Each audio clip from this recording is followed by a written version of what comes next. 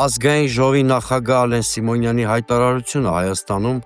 400-ից 500 հազար դրամ և ավելի ստացող ուսուցիչների ու զինվորականների մասին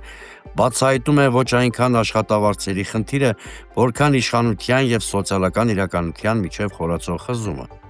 Առանց մեկ հստակ օրինակ ներկայացնելու, բացառիկ դեպքերը ներկայացվում են որպես համակարգային նորմ, ինչը հասարակության հետ խոսելու մոլորեցնող ձև է։ 2025-ի տվյալներով կան հարյուրավոր ուսուցիչներ և զինվորականներ, ովքեր հասել են այդ եկամուտներին շնորհիվ ատեստավորման, հավելավճարների և բոնուսների։ Սակայն սրանք բացառիկ դեպքեր են հիմնականում բարձր որակավորում ունեցողների կամ լրացուցիչ ծանրաբեռնվածության շնորհիվ։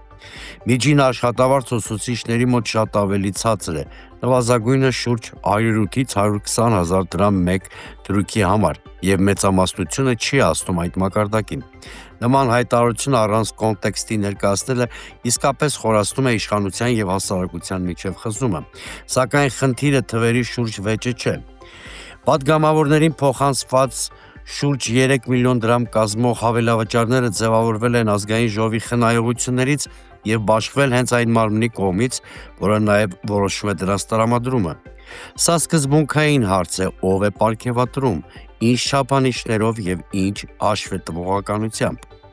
Նիկոլ Փաշինյանի իշխանության տարիներին պարգևավճարների ինստիտուտը փաստացի փոխել է իր նշանակությունը։ Այն այլևս աշխատանքի խրախուսման գործիք չէ,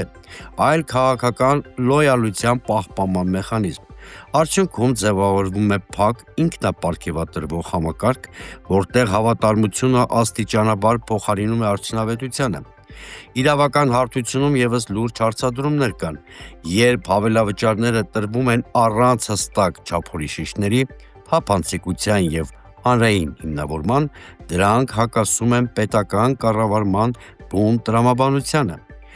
Ամենածանր շերտը սակայն բարոյականն է։ Երկրում, որտեղ բնակչության շուրջ 22% աղքատ է, իսկ հազարավոր մարդիկ չեն կարողանում բավարարել նույնիսկ նվազագույն կենսական կարիքները, իշխանության վերնախավի կլորիկ հավելավճարները չեն կարող ընկալվել որպես բնական կամ արդար։ Նույնիսկ ձևական օրինականության պարագայում դրանք հասարակության համար մնում են բարոյապես անընդունելի։ Այս պատմությունը խոսում է ոչ միայն եկամուտների անհավասարության, այլ ավելի խոր խնդրի մասին՝ սոցիալական իրականության նկատմամբ իշխանության զգայունության կորստի։ Երբ իշխանությունը սկսում է ինքն իրեն պարգևատրել, դա սովորաբար վկայում է հասարակության հետ կապի վերացման մասին։